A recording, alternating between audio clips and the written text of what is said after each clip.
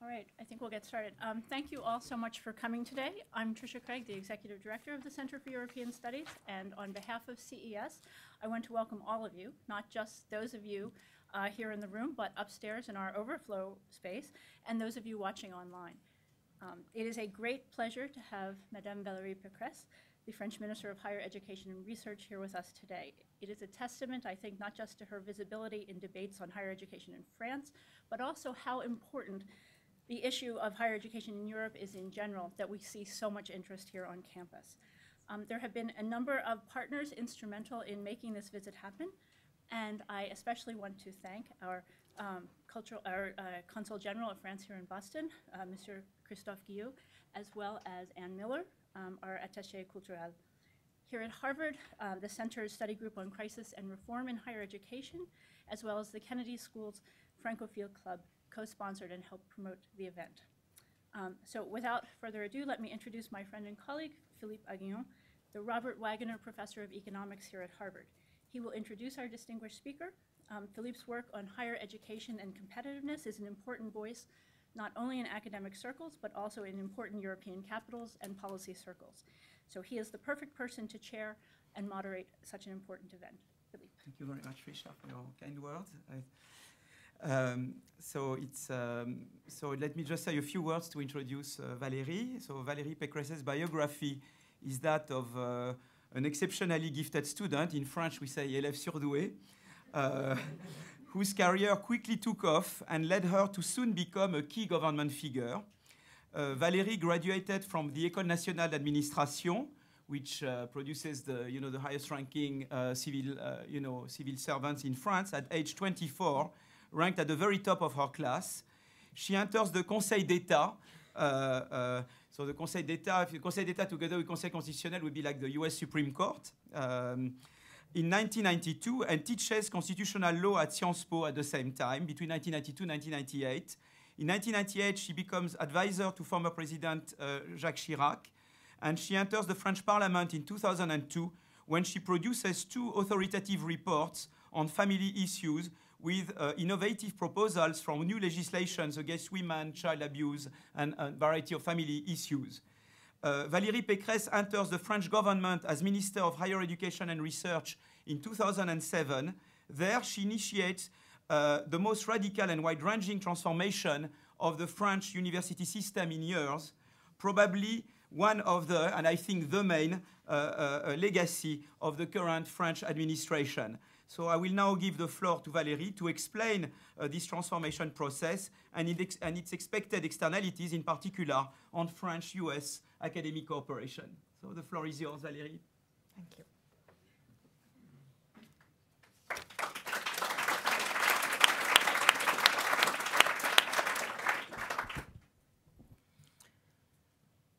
Ladies and gentlemen, it is a great honor for me to speak to you today, and to do so from this podium, which has seen a succession of prominent personalities. This is my very first visit to Harvard University and Boston, the home of so many world-famous universities. In fact, I am surprised that it has taken me 4 years to finally make this trip. But maybe you should be surprised. In fact, you should never have met me. Indeed, since the average length of the term in office of a Minister of Higher Education in France is about 14 months. Either the minister tries to implement a real policy, and demonstrations will soon bring him or her to resignation, or the minister stays quiet and tries to last in office, aiming at another appointment in another ministry as soon as possible. But let me tell you, frankly, this charge of Minister of Higher Education and Research, I wanted it, and I like it. I have been assuming this responsibility for 4 years now. It has been sometimes very tough. I went through more than 5 months of demonstrations and strikes between 2007 and 2009. But I'm lucky enough to still be in office, to see the first reform I launched producing their effects, and even more pleasant, I have the privilege today to hear some of those who strongly disputed those reforms starting to speak up for them.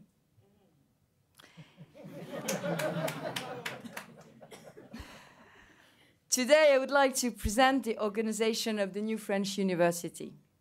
But first, please allow me to share a few thoughts with you, which I hope will give the topic a resolutely transatlantic perspective from the outset. First of all, I would like to thank those who have offered me this opportunity to talk to you today.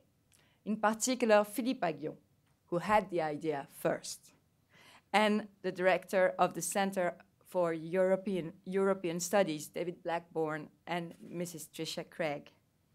I also would like to thank the Francophile Club of the Harvard Kennedy School, which agreed to co-sponsor this conference. Like many viewers, I was struck by President Barack Obama's vision during his last State of the Union address. We have no other choice, he said, but to prioritize research and education. Of course, public spending must be brought under control, and public deficit must be reduced. No country in the world can afford to act otherwise. But these cuts must not be made at the expense of our future. Investment in future generations is the key to making our nations stronger tomorrow and giving our young people the means to assert themselves in a world where, more than ever, knowledge makes all the difference. I was struck by President Obama's speech because it corresponds exactly with the choices made in France, initiated by President Nicolas Sarkozy in 2007. We made these choices even before the crisis. We reorganized our universities, reformed our research, and decided to increase their budgets by $12 billion over 5 years. And despite the crisis, our path has not changed. In fact, we decided to further accelerate the pace and provide an additional $31 billion to invest massively in research and innovation. In 2009, a dark and difficult year, France was undoubtedly unique in its undertaking. Nations all over the world were tempted to do just the opposite, drastically reducing research and higher education spending. After all, there is logic behind this temptation. Science and education produce long-term effects. These spendings can be squeezed without the effects being felt immediately. And it can be a way of implementing a painless austerity policy. But France's belief was that this was not the right choice, as it would have been a short-sighted decision. The benefits of the investment that we are making today in research and innovation will be reaped in 5, 10, and 15 years. It will make our economy stronger, create new jobs, and push our society forward. Inevitably, if we had chosen to reduce the budgets for research and innovation, we would have ended up paying the price in 5, 10, or 15 years. And then it would have been too late. Too late to react, faced with the rise of the new powers such as China, India, who are investing massively. Too late to keep the jobs created precisely by innovating initiatives in France. This is why in 2009, France made a radically different decision, one which proved to be visionary, to come out of the crisis more quickly by pushing our society, our economy, and our country as a whole to take an unprecedented scientific and technological leap. Once the decision was made, we gave ourselves the tools to achieve our goal. First, we chose to dedicate $31 billion to the cause, a truly exceptional sum. Then, by trusting the imagination and creativity of our scientists to help make high-level decisions about the project eligible for state investments. We chose a very simple method. We gave our researcher free rein. Of course, we established a general framework saying, for example, that we were going to allocate $1.4 billion to the teams that needed equipment for their pioneering projects, or similarly, that $1.4 billion would go to the laboratories that joined forces around a profoundly original scientific vision. From that point, we simply said to our researchers, suggest the projects that you have always dreamed of. We are looking for the most innovative, creative projects. And do not hesitate to go off the beaten track. Free yourself. Free yourself from disciplinary or institutional shackles. The state will support you. We made an investment in trust, and it has paid off. Excitement stirred. And within a few months, we had received over 1,000 responses to our various invitations for proposals. Many applications came from research teams which were formed especially for this purpose. Immediately, all the institutional and disciplinary barriers fell. Researchers who worked in different universities and institutions and who, due to the old rivalries between their establishments, rarely collaborated, came together around a shared ambition. Faced with so many original and groundbreaking projects, the most difficult task still lay ahead: choosing. To choose, we decided to create juries made up of international experts and scientists. And we gave them the task of evaluating and selecting the best projects. The most exceptional ventures would take a decisive leap forward in fundamental research, or strengthen our industries and create new jobs through breakthrough in applied research. Already, 188 projects have been selected for a total of $3.3 billion. And they are simply thrilling.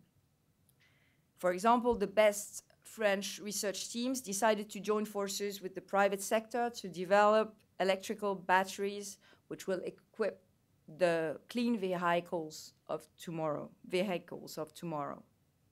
Other teams entered into partnership with hospitals to train what we call hospital university institutes, pushing France into an era of predictive medicine, allowing for the prevention of quickly developing neurodegenerative illnesses or cardiovascular pathologies at their root. Some of these brilliant projects include the collaboration of French and American forces, such as the HEPSIS project, which unites the University of Strasbourg, Harvard Medical School, and MIT around research on hepatitis C and the development of new treatments for both AIDS and hepatitis B. The MEA project brings also together the universities of Brittany, MIT, the Woods Hole Oceanographic Institution, and the Scripps Institution of Oceanography in San Diego to study the role the oceans play in energy exchange and to better understand crucial factors that bring about climate change. Another striking project that we visited yesterday gathers French and American teams on a work on memory. Their study focuses on two tragedies of the world history: the Second World War and 9/11. The French team in charge of the Mémorial de Caen cooperates with the one building up in New York, the National 9/11 Memorial and Museum at the World Trade Center. This investment plan for the future is far from over. Summons for even more proposals still lie ahead, which we hope will allow large universities in France to gain global visibility. At last, we decided to dedicate $11 billion to what we call Initiative of Excellence. We gave French establishments free rein to imagine the universities of tomorrow, with just one condition.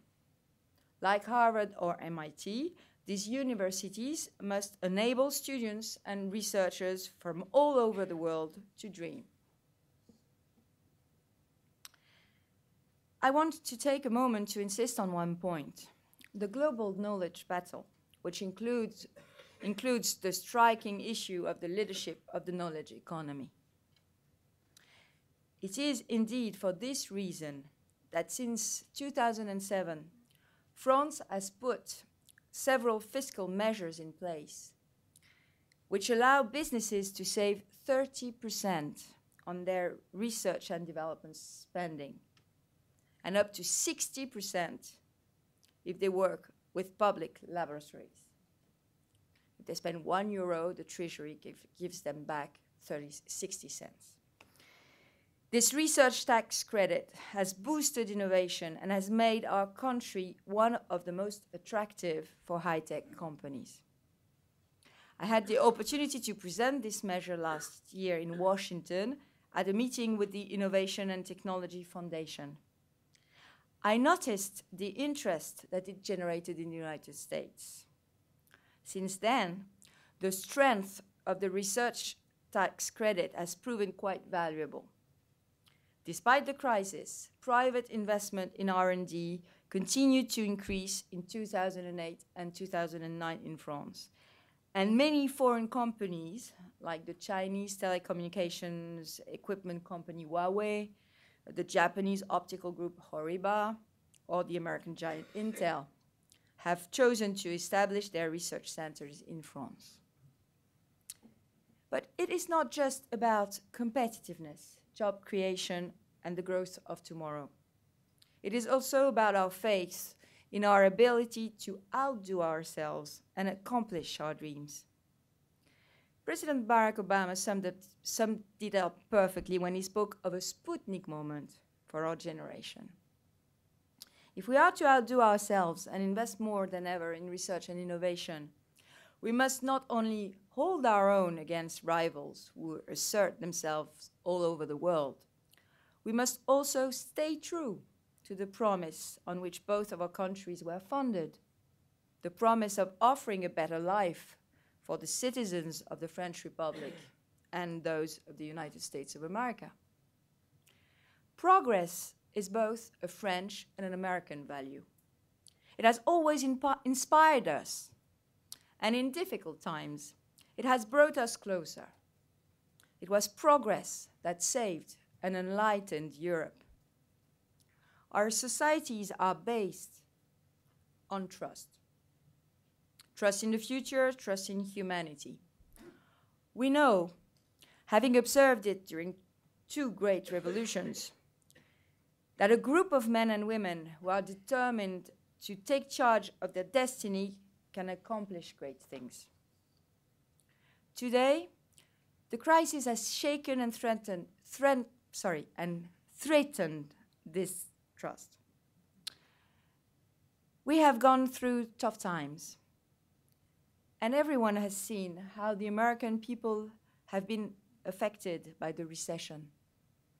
The French have not been spared. Tension, anxiety, and worry can be felt all over Europe.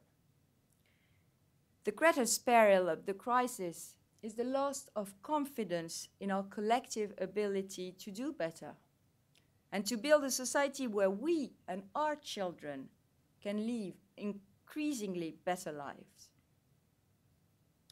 Every crisis is a challenge that can also make us stronger if we learn and gain experience from this crisis, I think the catastrophes Japanese people are facing today with great courage and dignity.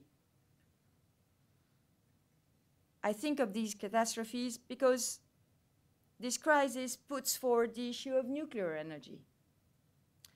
In France, like in the United States, we have to keep on working on nuclear power station safety and at the same time to develop sharply our capacity to provide renewable energies. But we shouldn't lose our confidence in ourselves and in our future. Faced with the emergence of new countries on the global stage, the United States is discovering that it has become an old nation. And what about France? A nation which is older still. There is no need for concern. We have a long and fine tradition of progress. We have exceptional research potential and inspiring young people on our side. We have a duty to keep our faith in these young people. It is for them that we choose to invest in research and innovation. It is where the dream of our era lies, in our laboratories, in our universities, where today the great promise is born. I am profoundly optimistic by nature. I need that. I believe that a country builds the future that it has chosen for itself. And I want to tell you today that the projects selected through the French investments for the future have strengthened my optimism. In them, I found the potential to beat genetic illnesses and to fight new infectious diseases that are resistant to the standard treatments. In them, I found the possibility to develop new environmentally friendly modes of transportation. In them, I found new ideas to build the cities of the 21st centuries, which will be sustainable and on a human scale. And all of these projects have confirmed my belief that research and innovation will radically transform our economy and create hundreds and thousands of skilled jobs, which will enable our young people to be fulfilled. This is why, ladies and gentlemen, we cannot invest in research and innovation without investing in universities at the same time. The two go together, not simply because a large proportion of our laboratories are located in universities, but because we have to give our young people the preparation they need to excel in this emerging world. We must equip them to take on new jobs that will be created all over France and worldwide. We must inspire their creativity and imagination, which will allow them to evolve in a new knowledge-based society. It is at university that these qualities are cultivated, with great teachers who are also great scientists. And yet, as you may know, France is unique. Higher education is offered in universities which, until recently, were largely focused on research, and in the grandes écoles, which offered courses with a very strong professional focus, but which, on the whole, did not have a direct link with research. This is why, maybe, seen from overseas, the landscape of French higher education can sometimes appear illegible and difficult to understand. There are few French universities with the size of Harvard, Yale, or Columbia, and teaching all disciplines. To take just one example, there is no French equivalent to the Harvard Kennedy School, but several grandes écoles that perform the same role, such as Sciences Po Paris, which entered into an agreement with Harvard at the undergraduate level in 2006. I am also referring to the École Nationale d'Administration, of course, which after a competitive exam directly trains the French senior civil servants of the future. In order for French universities and grandes écoles to assert themselves internationally, they need to join forces to form federal universities with global visibility. Although Harvard forms a unique whole, it encompasses within it truly separate entities, be it the Kennedy School, the Medical School, or the Harvard Graduate School of Arts and Sciences. The same is true of Oxford and Cambridge, which house colleges with their own identities. The colleges actually benefit from the brand image attached to these prestigious universities. That's why, since 2007, my mission has been to allow universities to join forces with grandes écoles to form French equivalent of Todai, Heidelberg, of MIT. In order to do this, it was first necessary to give French universities the same freedoms and responsibilities enjoyed by their counterparts around the world. For historical reasons, French universities were directly managed by the state, the federal state. We're not a federal state, but by the state, by Paris. In 2007, we made a real cultural leap in allowing them to gain autonomy. And 3 years after the University Freedoms and Responsibilities Law was passed, the result could be seen. 90% of universities had already asked for autonomy. And thus, they had the necessary freedom to develop a real strategy which offers new opportunities for international cooperation in terms of recruiting teaching staff, the creation of joint diplomas, welcoming international students, etc. Our universities are now open and in constant interaction with the economic world. They have used their autonomy to place the success and employability of their students at the heart of their action by focusing on innovation in all its forms. It is this autonomy which today allows universities to collaborate on equal footing with the grandes écoles and research institutions so prestigious as CNRS, INSERM, CEA, initiating a large proportion of French science. Projects for university clusters are emerging everywhere, as is the case in Strasbourg, Aix-Marseille, Bordeaux, La Lorraine, or indeed in Paris. When I arrived at the Higher Education and Research Ministry, there were 85 universities in France and nearly 225 grandes écoles, or small écoles. Today in France, there are 15 to 20 university clusters emerging. These clusters bring together our scientific and educational forces, and I'm sure they will be key partners for American universities. That's why I'm here. For the very simple reason that the scientific potential of France is absolutely remarkable. The 2 new Fields Medals awarded this year demonstrated the excellence of French mathematics. Another sign of the French sciences recognition stays in the prestige that is still associated in the United States, especially with outstanding figures such as Michel Foucault, Jacques Derrida, or René Girard, who had such an influence on American academics. I would like tonight to pay a special tribute to Stanley Hoffman, whose personal life and work are together a symbol for the Franco-American relationship. Generation after generation, French scientists in the United States attest to our excellence in research. For example, Esther Duflo, who with Jay Pal of MIT is putting all our ingenuity and economic rigor into the fight against poverty.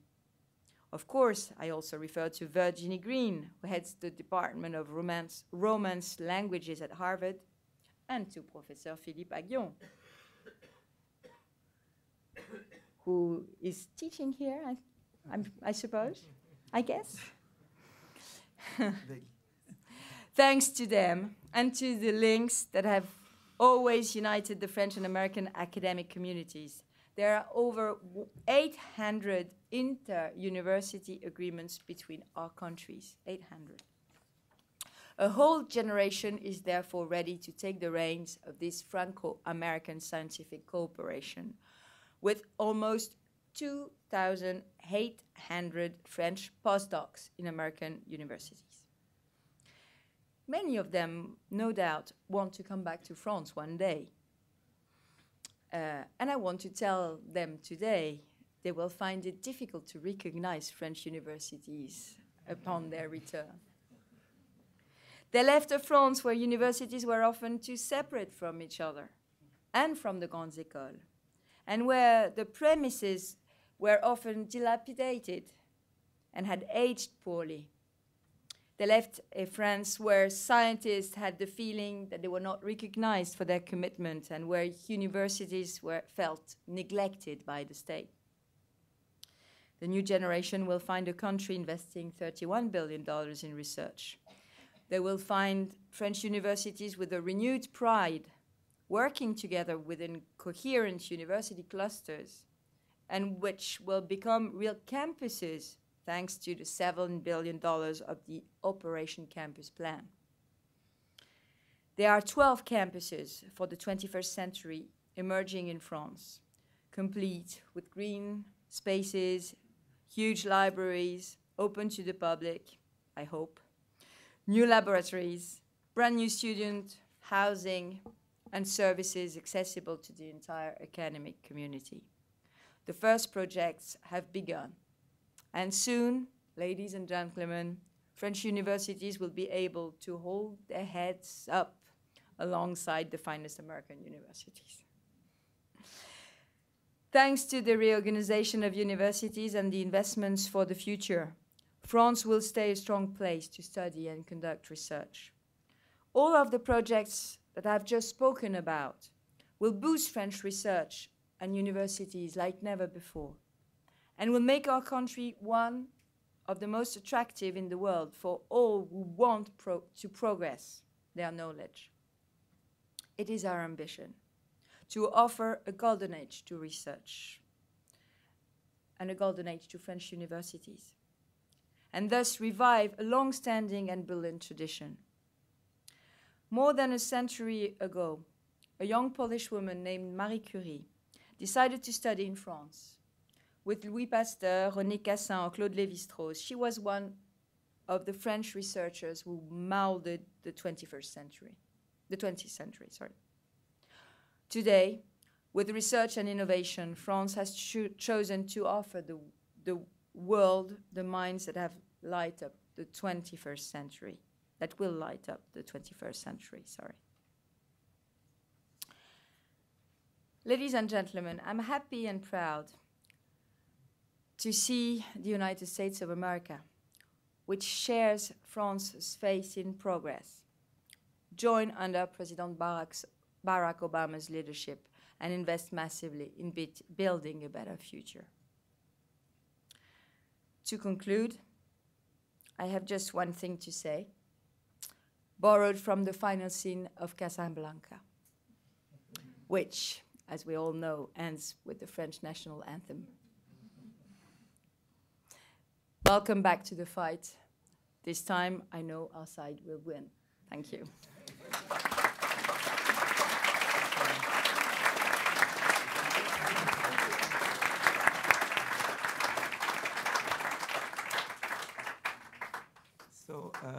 So I think there will be questions both from this room and from the room upstairs. So we'll try to reconstitute the forum format. What would you like? What would you prefer? Maybe you prefer to be here? Yeah. Okay. Very good. So I will take a few questions from here, and then maybe 2 or 3, and then someone will bring me questions from upstairs. Yes. You said you're putting a lot of emphasis modernizing education systems. Now, in scientific research, there are certain models which have been followed in the past, here at MIT and Harvard. Namely, either they are basic research or applied research. Do you have any idea which kind of model you are going towards? By tradition, France is a great a country for science, but it's not a great country for innovation. What we want is to focus on the link between science and the private sector as a whole, to bring public research and private research to work together. That's one of our big targets in the investment plan for the future. So we are focusing on innovation, but it doesn't mean that we are forgetting basic science. It means only that we have strong basic science, and we also want to have more innovative projects, and we want to build clusters where academics should meet with the economical world as a whole. Could you introduce yourself? We're not forgetting it. It's not letting itself being forgotten. Yeah. Maybe you could introduce yourself before asking a question. So, I'm lecturing in organic chemistry in the local university. My name is Nasif Azal. For example, in the plan for the future, we will give 40 million euros. I don't know how much it makes in dollars. 40 million euros to the math in Saclay, in Orsay, which includes 2 field medals. Okay, so you have one. You are. Introduce yourself. Arthur Goldhammer from CES. You mentioned the clustering of universities, which is an important part of your policy, and I think this is absolutely the right direction to go. Even in a country as unique and exceptional as France, however, they can't all be equally excellent. So this raises the question of selection, how you choose the students who will go to those universities that are recognized as the best. You mentioned the short tenure of most ministers of education.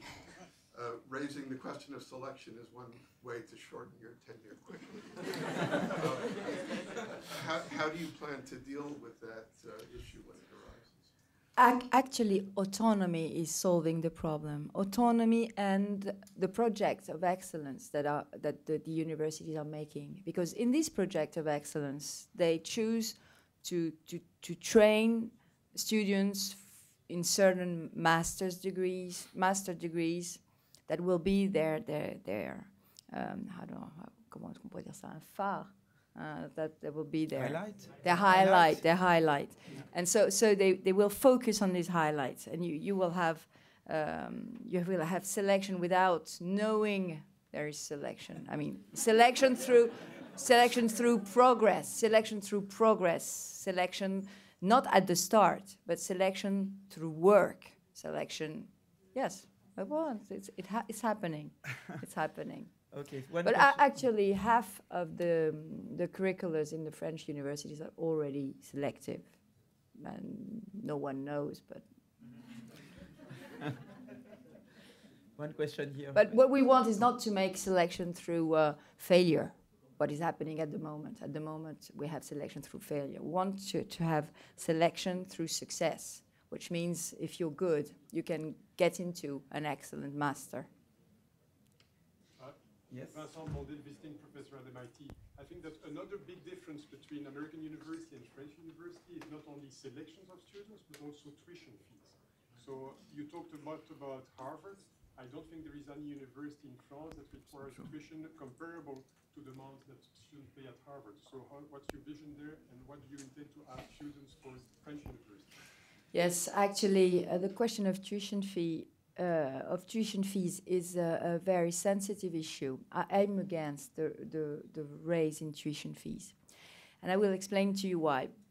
Because universities are a public service, and we had a shame in France in 2007 when I arrived in office, a shame because the state was spending 7,000 euro per student, while it was spending 10,000 euros for a high school pupil.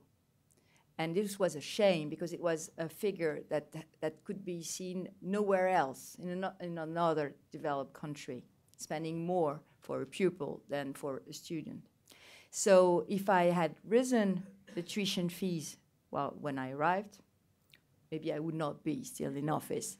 But more important, I would have made the families pay for an undercommitment of the state, an undercommitment of the nation to its youth. And that I didn't want. I wanted first the state to bring up its financial effort to universities to the place where it should be. And that's what we did. Now we're spending 10,500 euros per student and 10,000 euros per pupil. So we are now spending more for students, the state, than we are for pupils. So that's a good thing. But another reason why I'm not choosing to raise tuition fees is that we have free tuition fees in France for lifelong learning. And if we do vocational training, or if we do lifelong training at universities, universities are free to ask for tuition fees. And the problem in France is that universities have not invested enough in lifelong training. And I want them to do that. So I give them, well, they have the freedom of having tuition fees and high tuition fees for lifelong training. So they have to do lifelong training. And also I wanted them to talk with private firms, to initiate foundations, universitarian foundations with the private sectors. So with the private sector, so that they could talk with private firms and talk with them on research, on training, on every subject. And now we have 39 foundations. And they have risen 70 million euros, which is not a big sum compared to what Harvard is raising, I know. But it's a start. It's a start, and it's a taboo. It was a taboo. So to make the academic world and the economic world meet, I have not to give the easy way or the easy tool of tuition fees. Because if I had risen tuition fees, then the universities would not have to make the effort to go and talk to private firms. And third reason, I didn't want the families to pay, middle-class families to pay, because you know scholarship in France. Well, when you have a grant, a scholarship, you don't pay anything, never ever in France, and you have 30% of students that are that have grants, but there is the middle-class families, and for them it would have been a huge effort at a time when the economic crisis struck them also. So, and as you know, in France we have a lot of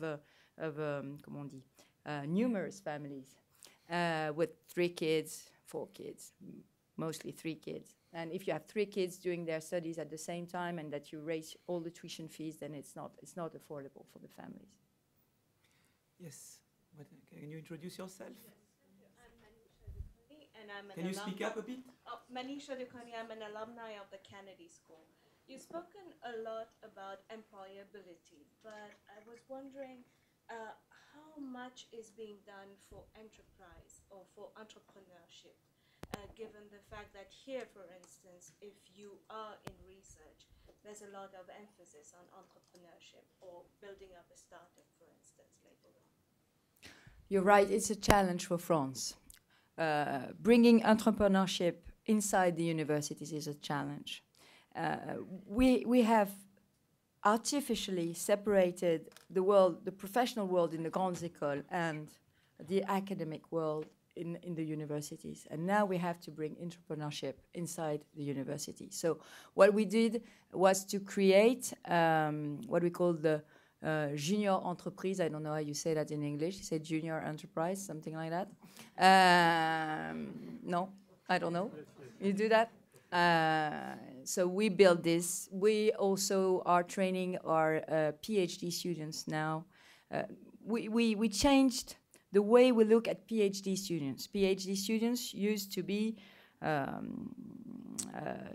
only students, and now they're under contract, working contract by their labs. So it means that they're on a professional experience. And we try now to focus on their training on entrepreneurship, because we want to create a searcher entrepreneur. It's difficult in France because most of the pupils which have a vocation for entrepreneurship, they go to grandes écoles because they think they want to be engineers and then create a firm. But this can be a handicap for our economy, because an engineer will not create the same firm and will not be innovative as a PhD student that has gone into an engineer school before. But in France, it's difficult to do both. So that's why we did the contrat doctoral, a PhD contract, work contract, so that the PhD students could have this professional experience. Yes, can you introduce her? Can you speak up a bit? I'm Aline Florence-Manon, and I'm a graduate student here in the history department at Harvard. And you mentioned in your talk, Madame la Ministre, the case of returning French students with American PhDs who wanted to return to France. And I was wondering if there were any procedures that were going to be established for the acknowledgement of American PhDs, not only in the sciences, but also in human sciences, like history, for example, where I follow you. where if you haven't passed the agrégation, if you've been in America studying, it's difficult to sometimes be acknowledged and recruited by universities in France. It's a real problem. Well, I have succeeded in convincing the unions, teachers' unions, that when you are a professor somewhere in the United States, then if you come to France, you come to France as an invited professor, so you don't have to be qualified by France to teach in France, which was a great leap forward. We had a lot of barriers preventing foreigners to come to teach to come to teach in France. And the barriers were made especially for those French people who had the audacious behavior of going and doing their PhDs abroad and not passing agrégation, and even worse, agrégation du supérieur for those who do law and economics or management. So these barriers are artificial, and we want them to fall down. It's going to be difficult because it's also in the mentality. I mean, you'll have selection committee at the entry of these autonomous universities, and they are going to choose. So I will have a look. In their contract with the state, autonomous universities have a target of employing at least 50%, recruiting at least 50% of people coming from elsewhere, not from the university, 50% of outside recruitment. So that will open the frontiers. And at the moment, there are no more legal barriers to your coming back to France. And I also have made a special program at the National Research Agency, which is called Postdoc Return. And for postdoc return, we have 11.5 million euros, so that you can have a project and be financed for this project in France, if you go back in a lab, and have not only a salary but an environment for doing your research in France. So you can apply to ANR, if you want to come back to France with a research project, and say in which institution you want to do this research project. So that can be a solution too. I have two questions now coming from upstairs. So I'll be representing the question. Can you introduce yourself? Hello upstairs. So we have a question from Gilbert Hubert.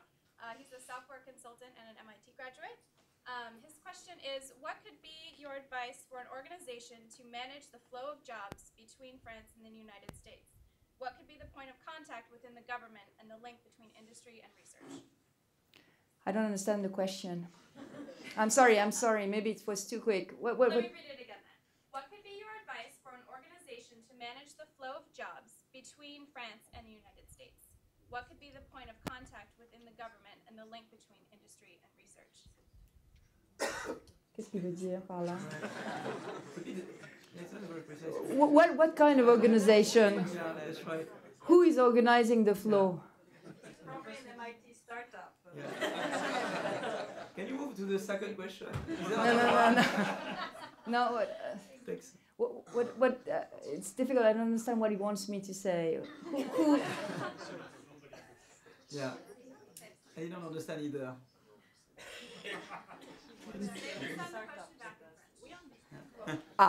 Okay. Thank you. Maybe we move on and we come back to it. Yes. Okay. Good. Do you And have the second question? No, that No was question it. on your side. Okay. bon. Can you introduce yourself? Good afternoon, Madame la Ministre. I'm Alexandre Jacquia. I graduated recently from École Polytechnique, and now I'm a graduate student in the Technology and Policy program at MIT. And you talked a little bit about the French specificity of Grands Écoles, and I think that there are two main specificities that come from that specificity. It's first, we have first diplomas, bachelor's degrees, which are less specialized than American diplomas, and we have courses that are not as project oriented as American curriculum.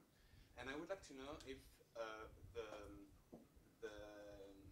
the cooperation that we are talking about today will push toward kind of uniformization or harmonization of curriculums, and if so, how can it be implemented within the very specific French educational curriculum?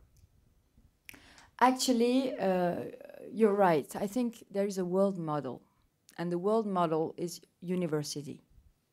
What do I mean by university? A place where you do training and research at the same place, and where you graduate students at Bac plus 3, 3 years, bachelor degree, master degree, and PhD. This is the model, the world model. And this is with this model that the rankings are made. And the problem in France is, for example, that Polytechnique, your school, doesn't fit into this model, actually. It doesn't really fit because it doesn't have a bachelor degree and because it has a very small PhD degree and not even a master degree, actually. Well, some master degrees. But it's very peculiar. And it's, as you know, a military school. So what we have to do is to talk with the Grandes Écoles, and I'm talking with École Polytechnique, and as you know, we are building, well, what I call a huge university, although it's not under my scrutiny, as you know, it's under the scrutiny of Ministry of Defense.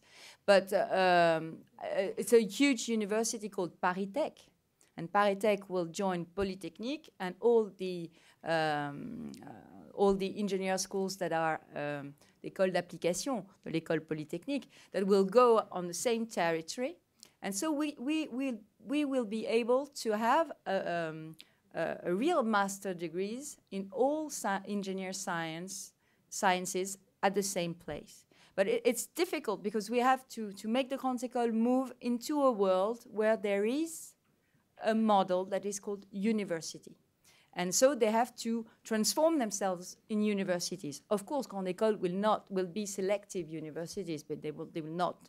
They will refuse completely to go out of the competitiveness of their examinations. But it's not a problem. It's not a problem. And what I want them to do is also to unite with real universities, such as l'Université d'Orsay, for example, if we take Polytechnique, and to work with them, because the finest research is inside the universities. So if they want to be strong in research, they have to collaborate not only with CNRS, but also with universities. So that's what I'm doing. I'm trying to make these clusters exist. Is that an answer, complete answer to your question? No? Yeah, okay. Excellent. Yes. But when you say that the bachelor degree is less specialized in France, it's less specialized in the prep schools of grandes écoles, but it's too specialized in the bachelor degrees in universities. And what I'm doing in universities is trying to implement innovative curriculums based on pluridisciplinarity. And especially in science, because as you know, we have the same problem as you have, is that the problem that in math, physics, and chemistry, we have very few students in the first degree. So, yes, can you introduce yourself? Among other things, I taught at Tours and Nanterre for about 8 years. Okay, one thing among others. What did you teach?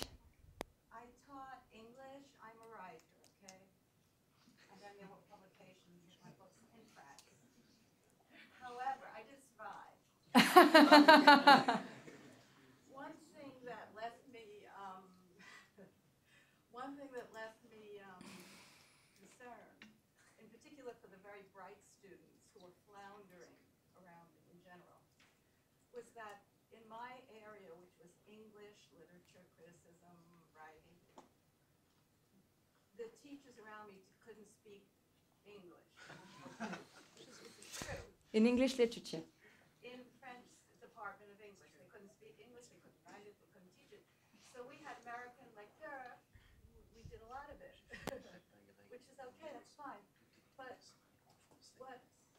And so the students would come to me and say, you know, the bright students, the very gifted students would say, you know, I don't want to go to class, my teachers don't know anything. And there were other things that were, but this particular problem of just qualified teachers or any kind of standard, standard. Oh yes, I know. Well, actually, with autonomy, we put on foot a system of evaluation of teachers. And the problem lies ahead. It's harmonizing evaluations of teachers, because all depends on the discipline, because the disciplines organize themselves. So, for example, you have disciplines that have special procedures in order to focus on excellence and to bring excellence and to organize the careers of the professors. For example, if you take the math in France, they begin as full-time searchers in the CNRS, and then after 5 or 10 years, because you're more creative when you're young in math, then you have to search full-time, and then after 5 or 10 years, they become professors at universities, and they are spread up all throughout the territory by their discipline, so that they will train, they will make vocations from students all over the territory for math, so that they will have a strong mathematical school all over the country. So they're sent in the universities of all the territory because they organize themselves and they evaluate themselves with very, very tough procedures, etc. The same for law.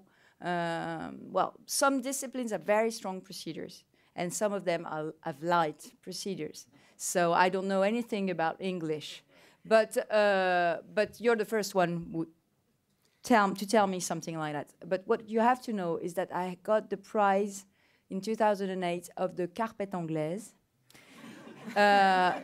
English carpet, because I said that I wanted all my students to be bilingual in English, not all, and to learn other foreign languages if they could, of course. But I told them that English was not a language anymore, foreign language, that it was a vehicle of communication, and that they should all speak English, which is a big challenge for French universities, because it means putting English in all the courses.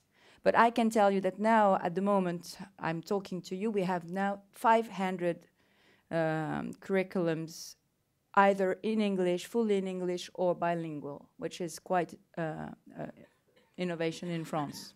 But we have to continue. But the Minister for Education put English in the primary school, so things should change.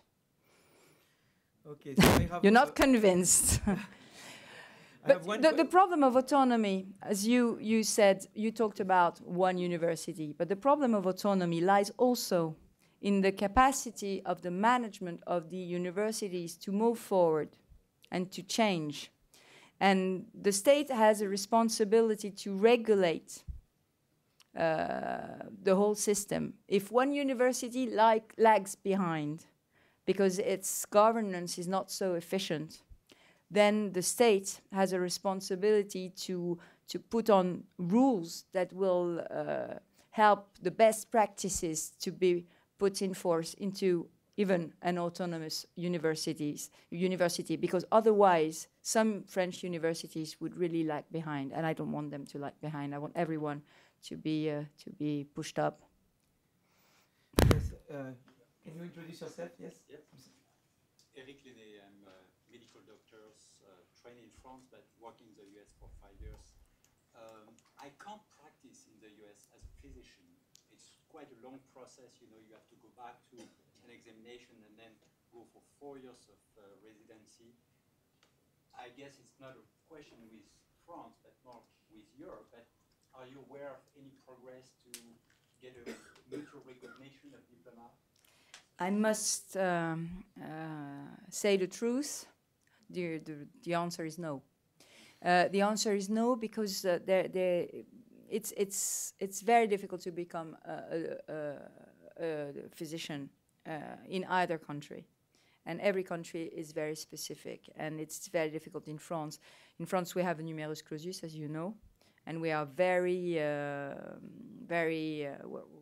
we have a very strong protection and barrier against the entry of doctors from overseas.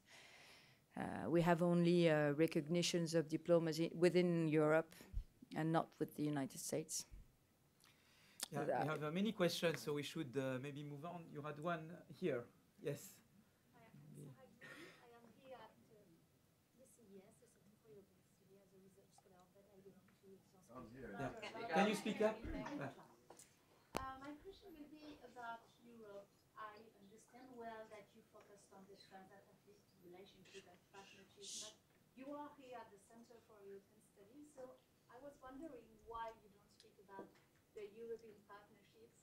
And I think the European university could be a model and could be also an engine to boost and to change the university in France. So what do you think about the European university model? I think I don't see really a model. I see a common direction. We talked a lot with my European colleagues about university reforms. Actually, we're all making the same reforms. Of course, some of our partners have strong universities dated back from history. I think of the United Kingdom or Germany. But we all have problems. They all did autonomy of universities. They all had problems opening the governance of universities. They all had problems with the evaluation of teachers. The main problem of France is that it's university is a place where you do a lot of politics, and so there's a lot of ideology behind. And for example, when we talk about the governance of university, we have we have a the university community believes that electing people at the board of the universities is a key question. It's a question of democracy. I don't know why they say democracy. Democracy is for the nation. It's not for a university. But the university in France is based on democracy, a real democracy. Real democracy meaning representing every member of the universitarian community in the board through election, which is, well, it's a particular model. What we try to do is to say to universitarians and to the university community as a whole, students, professionals, that we wanted to open up the boards to the civil society, to territories that were funding the universities, to private sector, etc., etc. So we put 1/3 of people coming from outside the universities inside the board. It was very difficult. It's still a challenge for us. And although they go to Germany or to the United Kingdom, French scholars still believe in their French model. So it's difficult. Partnership, of course, opened the mind, but we still believe that we are French. So we are not like the others. So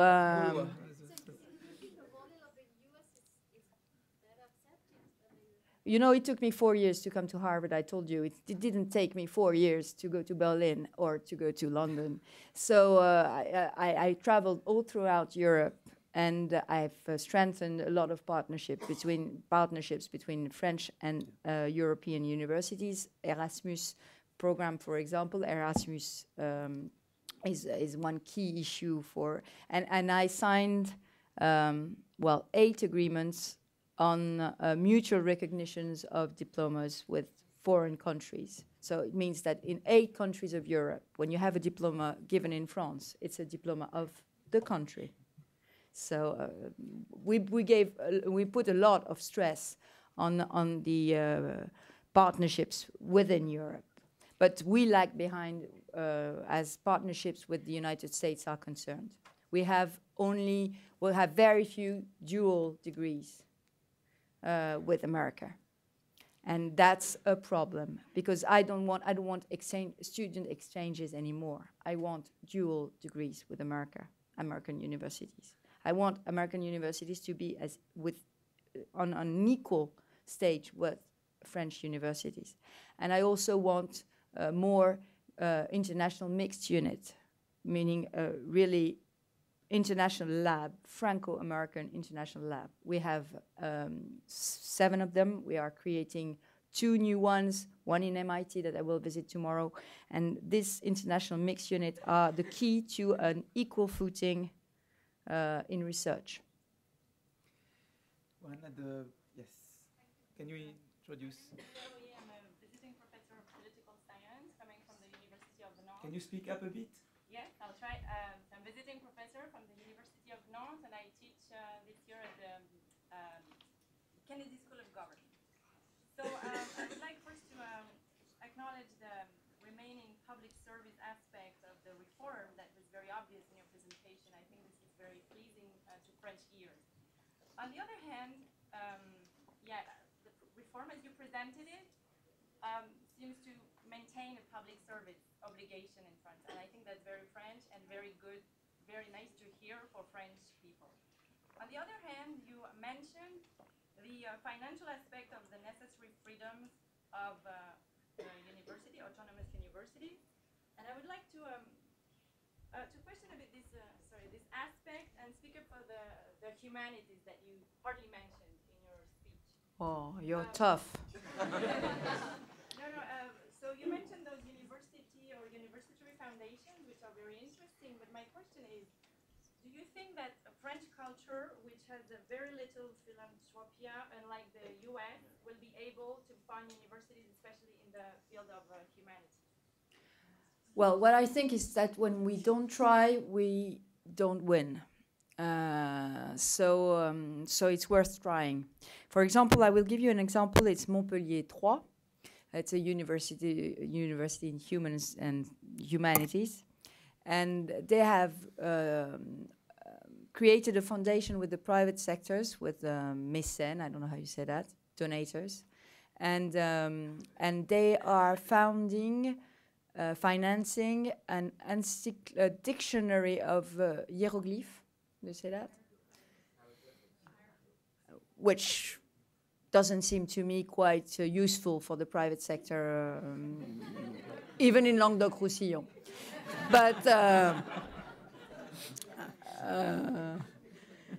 so I don't believe. I'm here with the president of EHESS, l'École des Hautes Études en Sciences Sociales. I don't believe that human and social sciences are condemned to complain. I told you about the investment in the future, and I told you about the 9/11 Memorial Project sur la mémoire, and we have 26% of the excellence labs that were chosen through the international jury were in human and social sciences. We had the surprise of seeing 26% of the labs, which means more than the actual place of human and social sciences in the landscape of research, which is around 24%, a little more. So it means that human and social sciences have found the way of expressing their own excellence throughout the process. It was not exactly the case in another call for proposals that was excellence equipment, and I regretted it. But it was because the French humanities didn't see themselves as having the need for an equipment. They didn't feel that a database, for example, was a research equipment. They didn't feel that a digital library was a research equipment. So they didn't compete. But that's because they didn't compete that they didn't get it. And we had a problem with EHESS and another project that were not seen as good projects by the jury. So maybe also we have to have another jury with another eye, because sometimes the jury is made out of men and women. Sometimes they can pass by a very good project, not envisaging what is its real value. So we'll have a new jury next year, and I will tell them that they have to focus on humanities in the call for proposals on excellence equipment, because I want humanities to have excellence equipment, and I think they need it, especially in Nantes, as I know that there is a very good project for housing foreign professors, le projet du professeur Supio. Yeah, maybe better to foreign professors than to national. I think we have many questions. La la. We have many questions, so we have to... Well, you have written postdoc at ANR. Yes. Can you speak up? I'm a postdoc here at GSAS at Harvard. I have a question concerning the promotion of the PhD in France to private sector. I used to work at McKinsey & Company for 4 years in Paris office, and I can tell you that I have been hired because I was an alumni of Grandes Écoles, and I did my PhD, and they didn't even care about that. And that's almost the only office in the world at McKinsey which do not recognize the value of the PhD. So please, can you tell us if you have... Yeah, I'm doing two things. The first thing is that I changed the PhD diploma into a work contract, which obliges the human resources directors in French firms to put you on their what they have on their scale.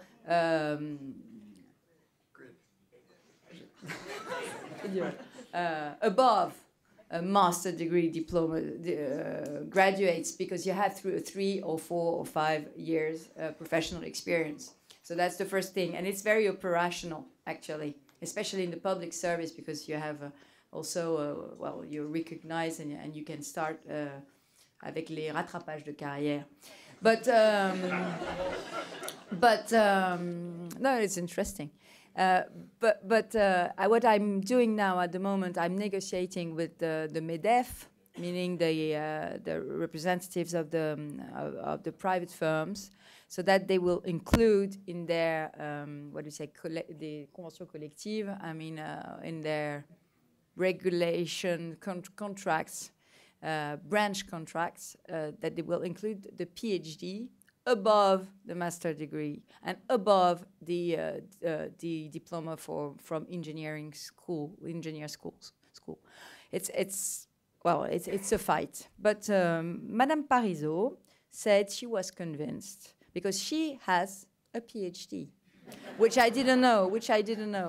And so she's convinced. But what you're saying is actually true. I'm fighting against that. But it will change when grandes écoles will have PhDs. So now, Valérie, now it's almost 6:30. We have a number of questions. Do you want to go on? I'm not the master of the clocks. Someone in my team must do that. So, on a encore un peu de temps? Okay. Can we have 10 more minutes? Yeah. So maybe 4 or 5 more questions. So let me ask. You have a question. Can you introduce yourself? Hello, my name is Alexandra Guillon. I'm a student at the Harvard Kennedy School Can of you Government. speak up, please? Yes, hello. My name is Alexandra Guillon. Yes, okay. I have a question about grants, actually, because I know that the French government is helping some students to do a PhD here in the US. But when I look at the Harvard Kennedy School, for instance, we are 7 students over, French students over 900. It's the same as the business school. And I think that one of the reasons why is because we don't have any grants from the French government. Is there a plan to create grants to help French students to come here, learn as much as possible and come back to France? Actually, one of the solutions is in the dual degree agreements, because in a dual degree agreement, we receive American students in France, and they receive French students in America, and the tuition fee for French students is the French tuition fee, and the American tuition fee for Americans is American tuition fee. So that's a good system, but especially for French students.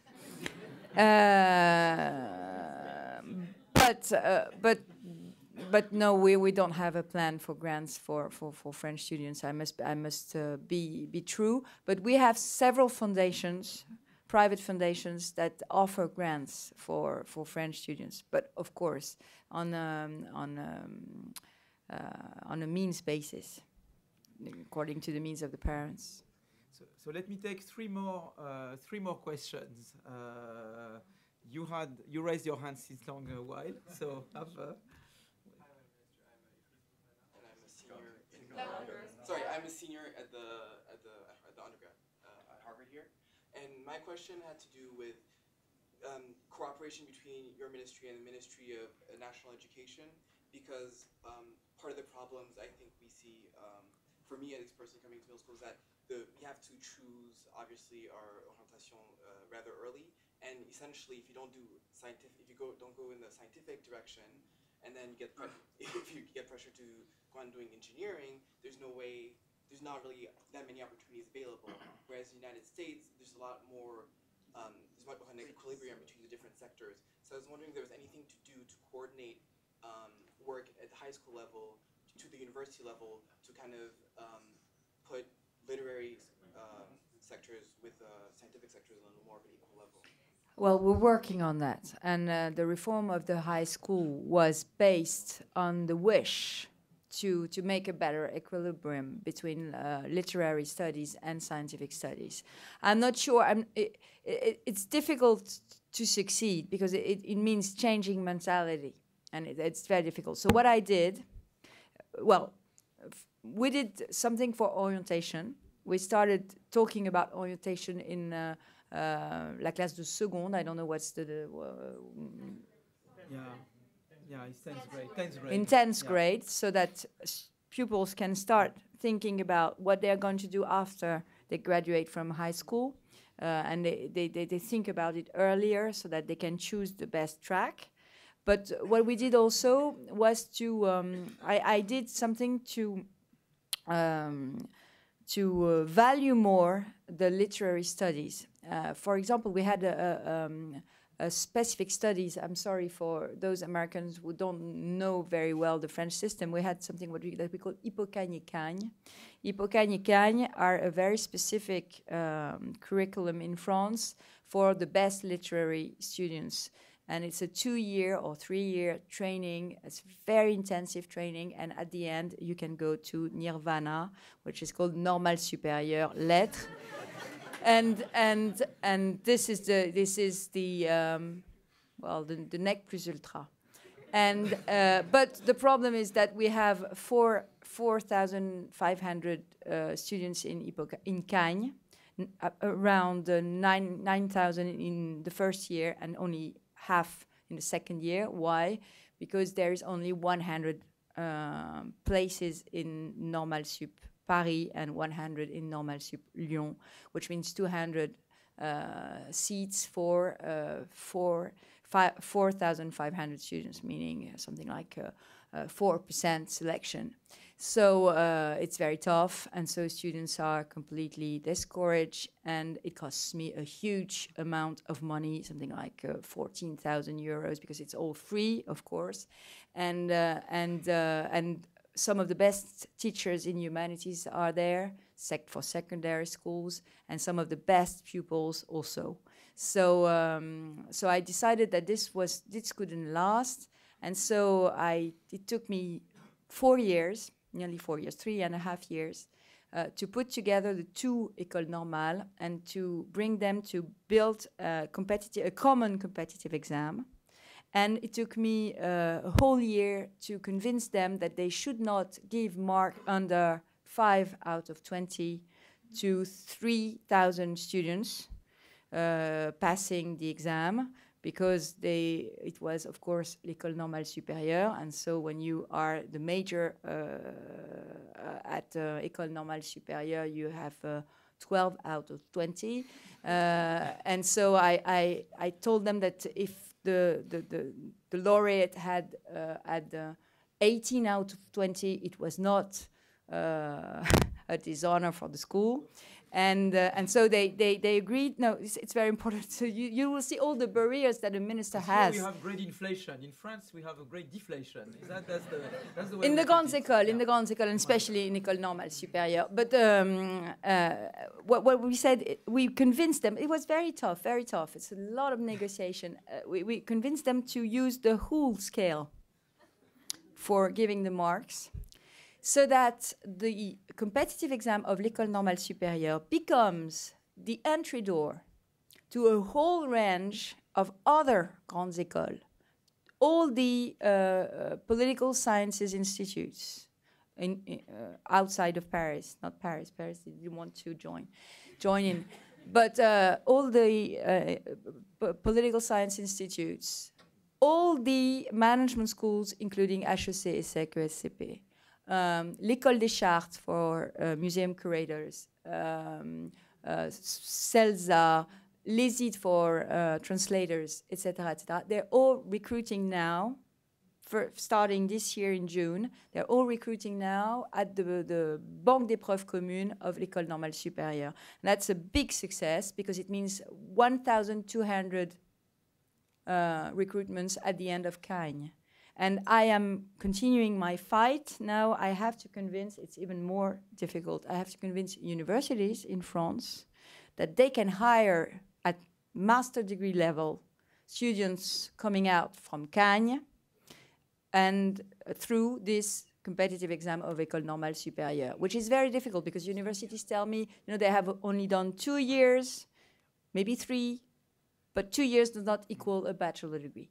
So I have a lot of convincing work to do. But why do I tell you that? It's because it's one excellence curriculum for literary students.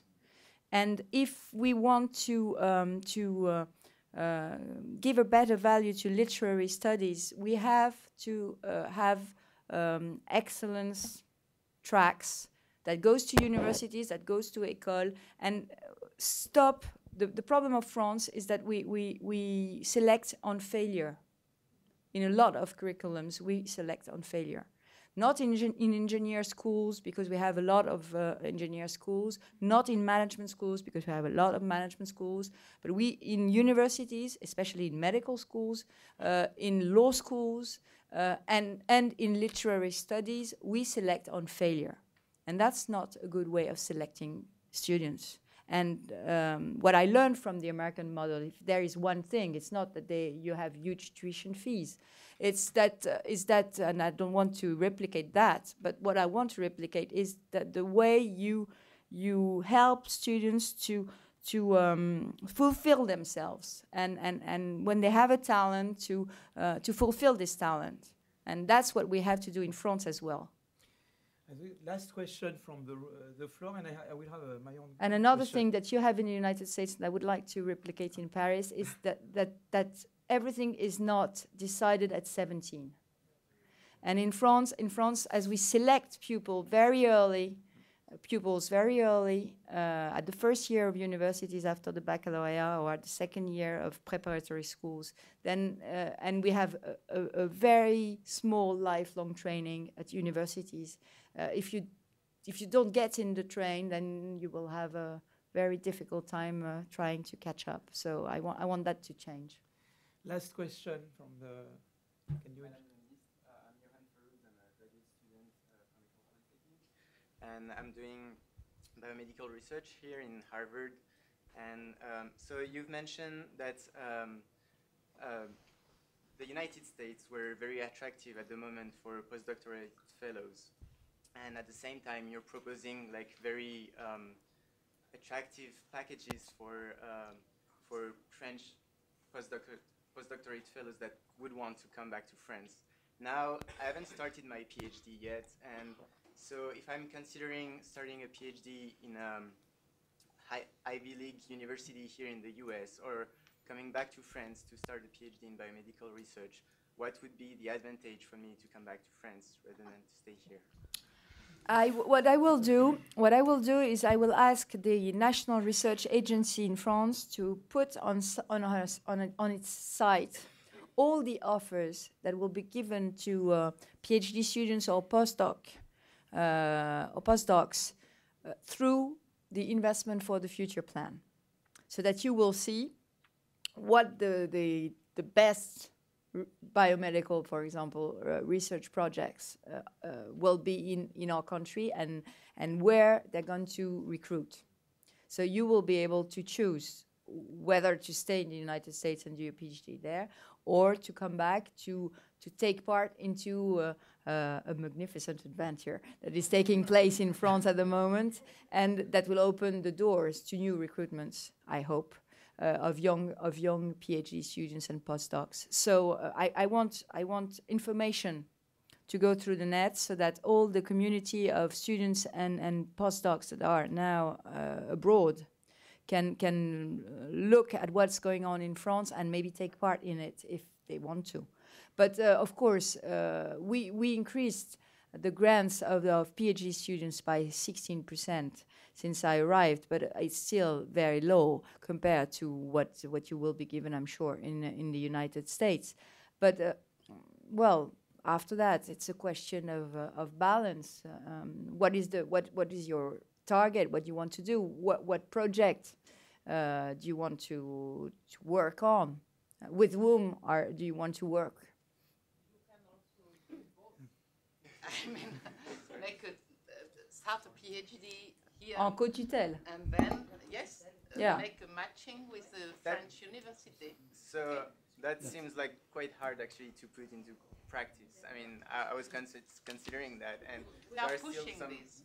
It's improving. But that's why I'm here, as I really want to develop all the links between French and American universities, so that it will become easier. So I will work harder, knowing that you will have to make a choice before the end of the year. Valérie, I had a question myself, the last question, but was the following. We see now big investment in university system, big undertaking. At the same time, there is a perception, maybe it's wrong, that in the primary, secondary schooling, people have heard about suppression of teaching positions, and there are news that are not so good in France about PISA tests, that PISA tests are deteriorating in France. And there have been studies, I've been working myself and our colleagues, saying that good PISA tests are very good for growth. I know that France is going under difficult budgetary problems. We have to make cuts.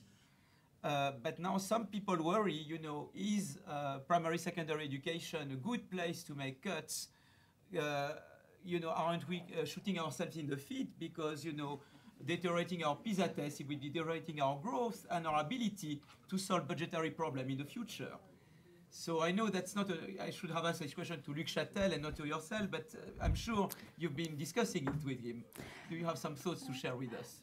Yes, Philippe. Thank you for this question, which gives me the opportunity to introduce the people I'm with and my delegation, because I brought on not only the president of EHESS, but also the president de Toulouse 1, l'école de Toulouse Sciences Économiques, as you know, which wants to make a small Harvard at Toulouse, or maybe a big Harvard at Toulouse.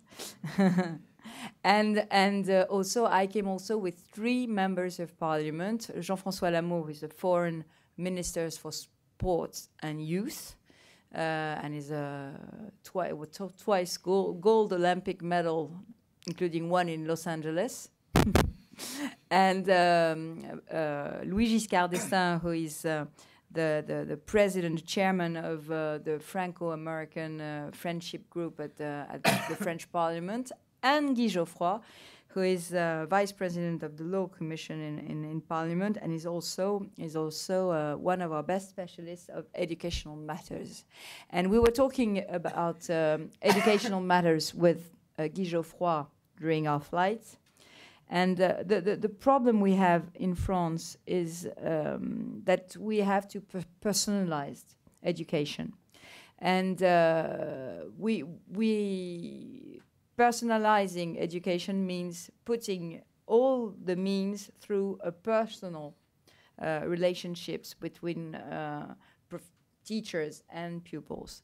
And it means making also choices and reducing maybe hours of teaching. I'm not Minister for Education, so I feel very free to talk about that. And I ask the journalists not to say that it is the governmental policy, it's just my own opinion. And so that's what Luc Châtel did through the reform of, first Xavier Darcos through the reform of primary school, and then Luc Châtel through the reform of high school, giving more time to personalized tutorship by teachers.